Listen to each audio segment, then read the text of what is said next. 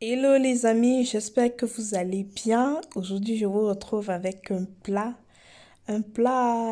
qu'on retrouve chez nous au Cameroun, particulièrement dans les régions du sud-ouest, nord-ouest et je sais pas si le sud-ouest ils font ça. Et également dans la région de l'ouest, bref, tout le grand ouest quoi. Donc, c'est la recette de la sauce jaune ou encore achou.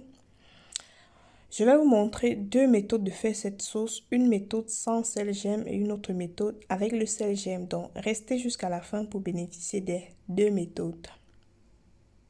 Alors, comme ingrédient pour notre sauce, on aura besoin de viande. Pour les viandes, vraiment, vous prenez ce que vous voulez. Moi, j'ai ici là des tripes de viande, des tripes de bœuf, autant pour moi. J'ai là la peau de bœuf. J'ai également un piment, un joli piment.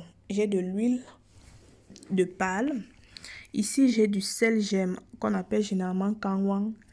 Là, j'ai du bicarbonate de soude. Restez jusqu'à la fin pour voir. Là, j'ai du sel et j'ai les épices pour la sauce quoi. Les épices de la sauce jaune en fait.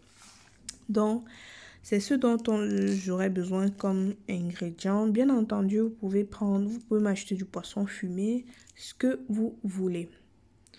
Alors, pour commencer, on va déjà verser la viande dans la marmite. Ensuite, on va venir ajouter du sel. On va mettre un peu de bicarbonate. En fait, le bicarbonate, c'est pour accélérer la cuisson de la viande, quoi. Et je vais lancer également le piment. Donc, je mets de l'eau et je vais laisser cuire pendant environ 45 minutes à contrôler en fonction de la qualité de cuisson que vous voulez obtenir. Voici le résultat alors. Je vais le transvaser.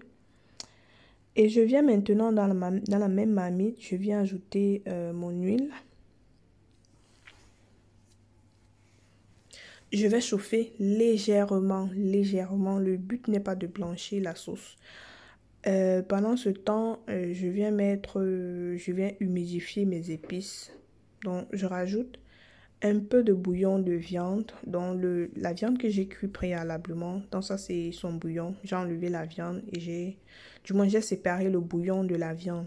Donc, je viens maintenant mélanger pour obtenir cette texture, du moins que ce soit humidifié. Et je vais mettre de côté mon mélange. Maintenant, voici mon huile qui est comme je veux. Je vais venir diminuer. Enfin, je vais diviser. Je divise parce que, comme je vous disais, je vais vous montrer deux façons de faire. Sans sel gemme ou sans kangwang. Et une autre façon avec le kangwang. Donc, je divise l'huile en deux. Donc, pour dire que c'est pas nécessaire. Donc, une fois on va diviser, je viens incorporer mon sel gemme. Vu que je l'ai concassé, je ne voulais pas tamiser à la fin. Donc, du coup, j'ai tamisé au début comme ça. Je mets dans l'huile, vous voyez, ça mousse déjà. Je prends le bouillon, le reste de bouillon de viande là et je viens ajouter. Ensuite, je vais transvaser tout ça dans un mixeur. Et je vais venir mixer tout simplement. Je vais rajouter de l'eau. Ici, je vais rajouter un peu d'eau parce que c'est beaucoup. En ce qui concerne les quantités huile, eau, vraiment, je ne peux pas vous donner de quantité exacte. Donc, vous voyez le résultat. Moi, je fais vraiment à l'œil. Donc, ça, c'était la première méthode. La deuxième méthode, je mets plutôt du bicarbonate de soude, comme vous voyez là, dans de l'huile. Plus ou moins ça a le même rôle que le sel gemme. Donc, vous voyez, ensuite, je vais transvaser dans mon mixeur et je vais également mixer. Vous voyez, le résultat est identique. Identique. Donc, ça, c'est pour ceux qui n'ont pas le sel gemme à portée de main. Vous pouvez très bien utiliser le bicarbonate de soude pour mélanger. Vous voyez, la texture est la même.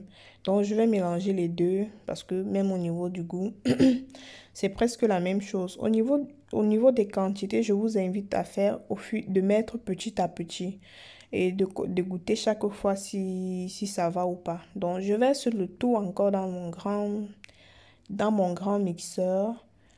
Cette étape n'est vraiment pas importante. C'est juste que je voulais bien mélanger avec les épices. Donc, je mets dans mon grand mixeur. Ensuite, je rajoute du sel en tenant compte qu'il y a déjà du sel dans le bouillon. Donc, juste un peu et je viens mixer.